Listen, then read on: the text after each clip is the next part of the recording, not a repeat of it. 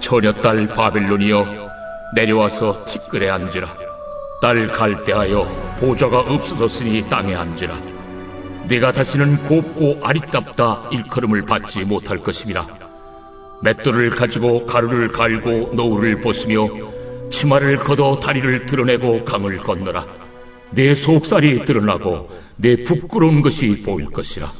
내가 보복하되 사람을 아끼지 아니하리라. 우리의 구원자는 그의 이름이 만군의 여호와 이스라엘의 거룩한 이시니라. 딸 갈대하여 잠잠히 앉으라. 흑암으로 들어가라. 내가 다시는 여러 왕국의 여주인이라 일컬음을 받지 못하리라. 전에 내가 내 백성에게 노하여 내 기업을 욕되게 하여 그들을 네 손에 넘겨주었거늘 내가 그들을 궁일이 여기지 아니하고 늙은이에게 내 멍에를 심히 무겁게 메우며 말하기를 내가 영영이 여주인이 되리라 하고 이 일을 내 마음에 두지도 아니하며 그들의 종말도 생각하지 아니하였도다. 그러므로 사치하고 평안히 지내며 마음에 이르기를 나뿐이라 나 외에 다른 이가 없도다. 나는 과부로 지내지도 아니하며 자녀를 잃어버리는 일도 모르리라 하는 자여, 너는 이제 들을지어다. 한날에 갑자기 자녀를 잃으며 과부가 되는 이 두 가지 일이 내게 임할 것이라. 내가 무수한 주술과 많은 주문을 빌릴지라도 이 일이 온전히 내게 임하리라. 내가 내 악을 의지하고 스스로 이루기를 나를 보는 자가 없다 하나니 내 지혜와 내 지식이 너를 유혹하였음이라. 내 마음에 이르기를 나뿐이라 나 외에 다른 이가 없다 하였으므로 재앙이 내게 임하리라. 그러나 내가 그 근원을 알지 못할 것이며 손해가 내게 이르리라. 그러나 이를 물리칠 능력이 없을 것이며 파멸이 호련히 내게 임하리라. 그러나 내가 알지 못할 것이니라. 이제 너는 젊어서부터 힘쓰던 주문과 많은 주술을 가지고 맞서보라. 혹시 유익을 얻을 수 있을는지, 혹시 놀라게 할 수 있을는지. 내가 많은 계략으로 말미암아 피곤하게 되었도다. 하늘을 살피는 자와 별을 보는 자와 초하룻날에 예고하는 자들에게 일어나 내게 임할 그 일에서 너를 구원하게 하여 보라. 보라, 그들은 초계 같아서 불에 타리니 그 불꽃의 세력에서 스스로 구원하지 못할 것이라. 이 불은 덮게 할 숯불이 아니요 그 앞에 앉을 만한 불도 아니니라. 내가 같이 힘쓰던 자들이 내게 이같이 되리니 어려서부터 너와 함께 장사하던 자들이 각기 제 길로 흩어지고 너를 구원할 자가 없으리라. 여러분 반갑습니다. 오늘도 큐트로 여는 기막힌 하루입니다.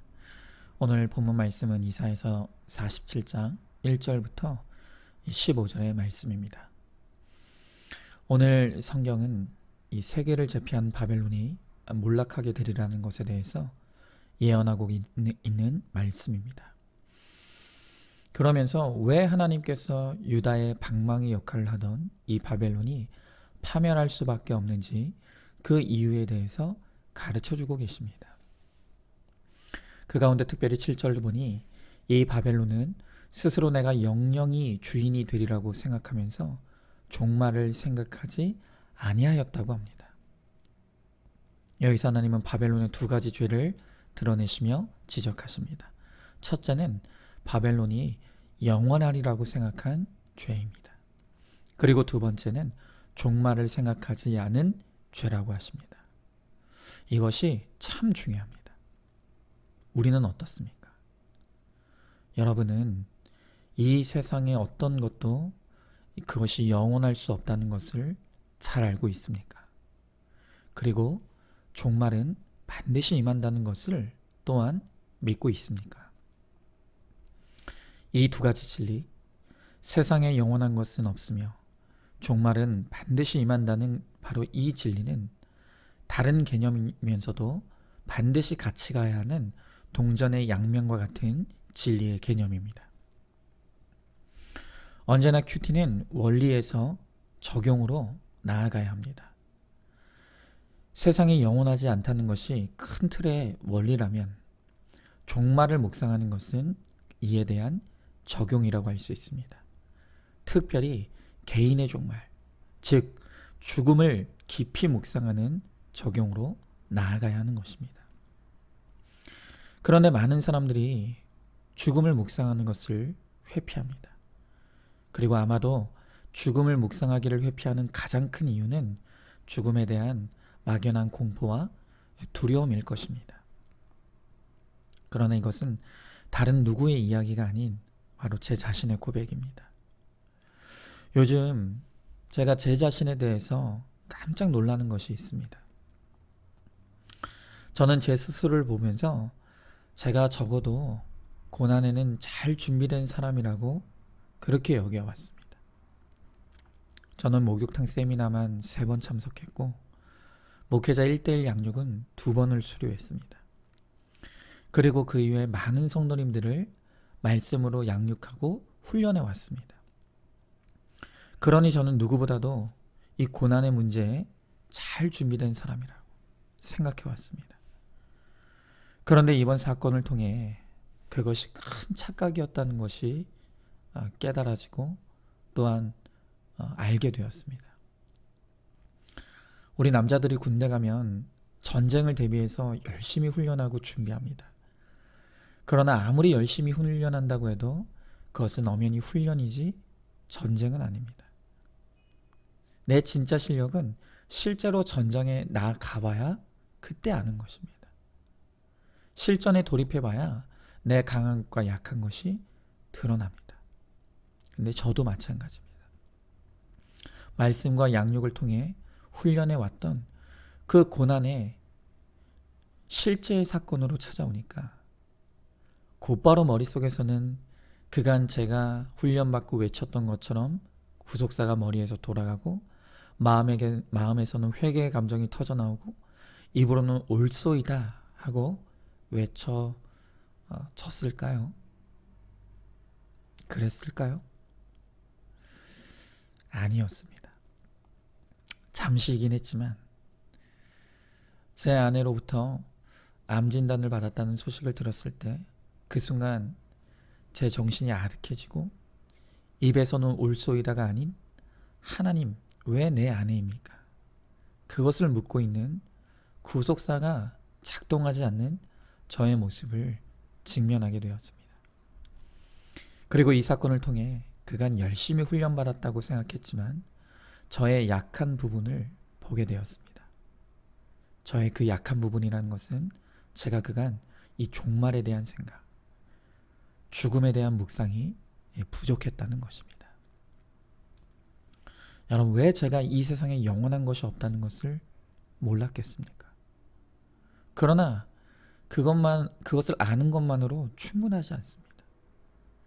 때로는 두렵고 무서울 수도 있고 심지어 그것이 우리를 우울하게 할 수도 있지만 우리 말씀의 사람들은 이 하나님의 말씀 앞에서 종말을 생각하고 또 무엇보다 우리에게 죽음이 있음을 적극적으로 묵상할 수 있어야 합니다.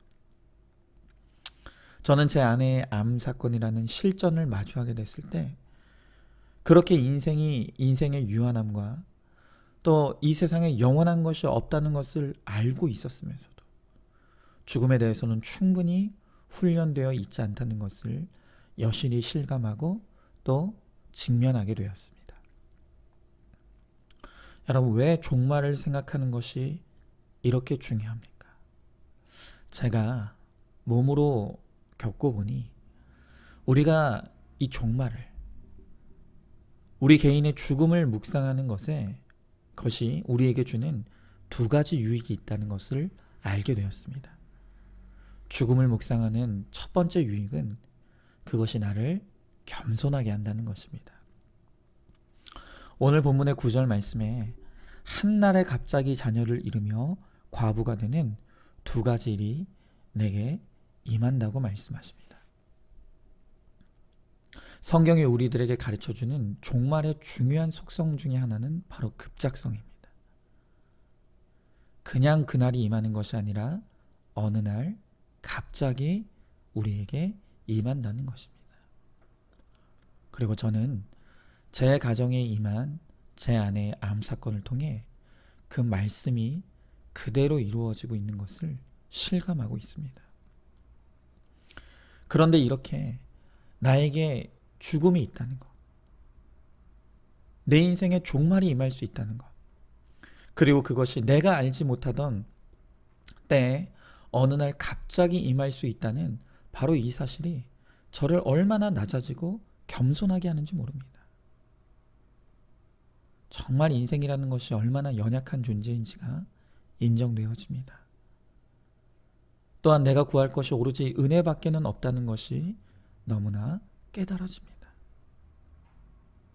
또한 이 종말을 묵상하게 될 때 이 종말을 묵상하는 것이 우리에게 주는 두 번째 유익은 바로 구원을 사모하게 된다는 것입니다.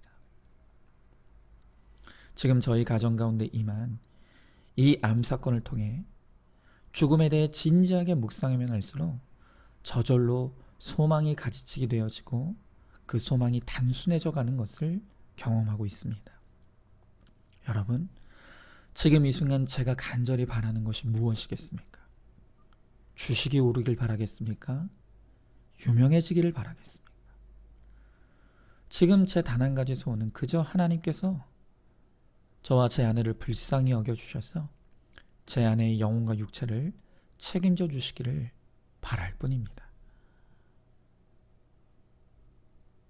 오늘 말씀은 아내도 남편도 그리고 무엇보다 자녀에게도 어느 한날에 갑자기 종말이 임할 수 있다고 말씀해 주십니다.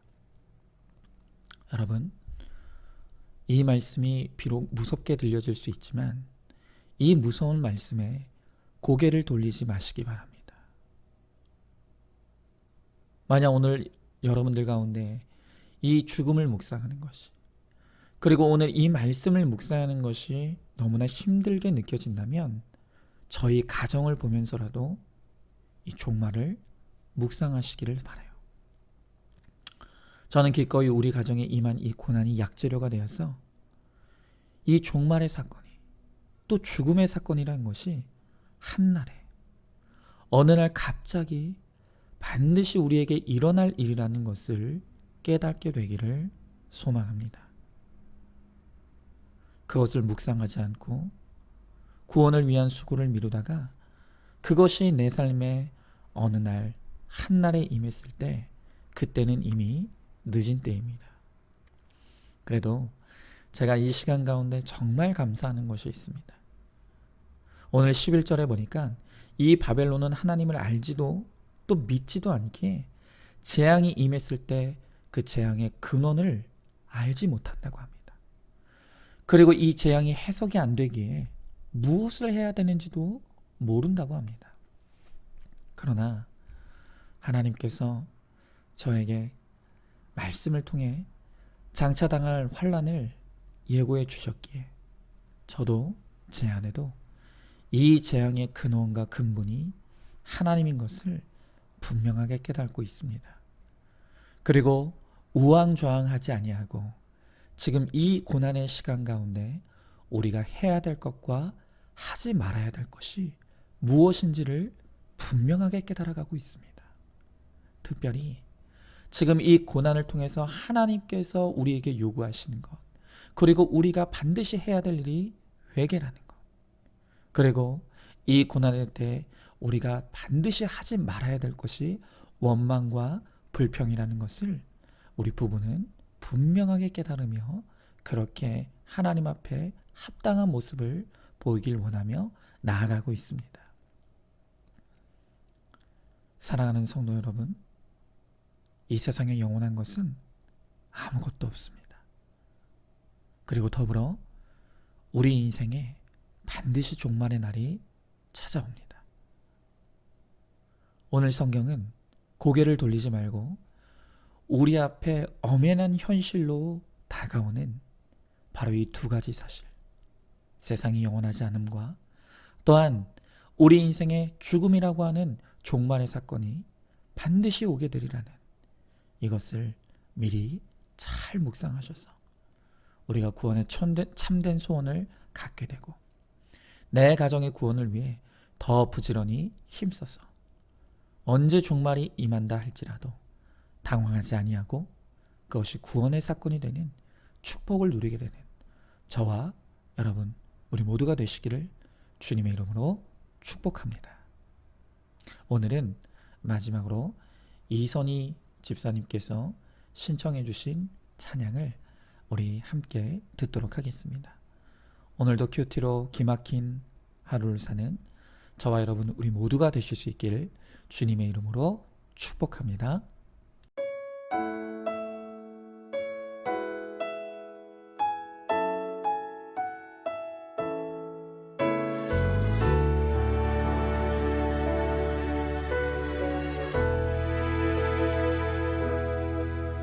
주님은 내 맘에 아픔 알아주시니 지난 밤 눈물 지워주시고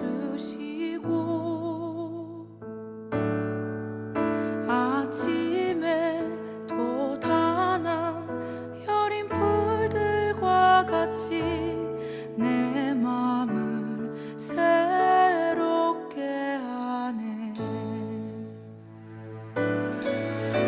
흐르는 시간에 보인 주의 영광은 내 삶을 밝게 비춰주시니 온 땅과 모든 산보다 전에 계셨던 주님 창조의 주를 찬양하네. 주님은 거친 바다 위 나의 영혼 두 손으로 굳게 잡아주시네. 주님께 맡긴 인생의 여정 속에 아픔만큼 기쁨에 날 주시네.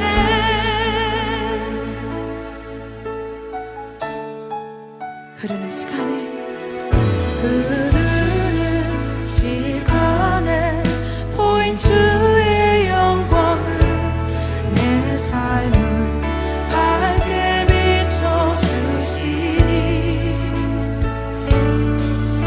온 땅과 모든 산보다 전에 계셨던 주님 창조의 주를 찬양하네.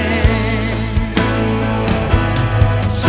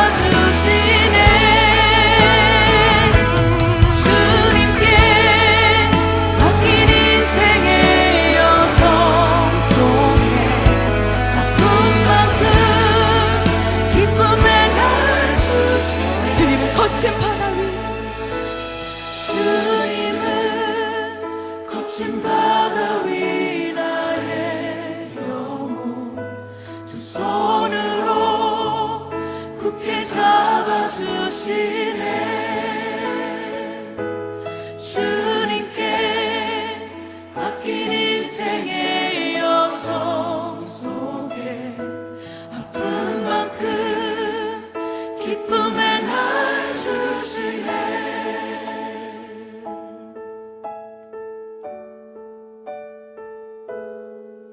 주님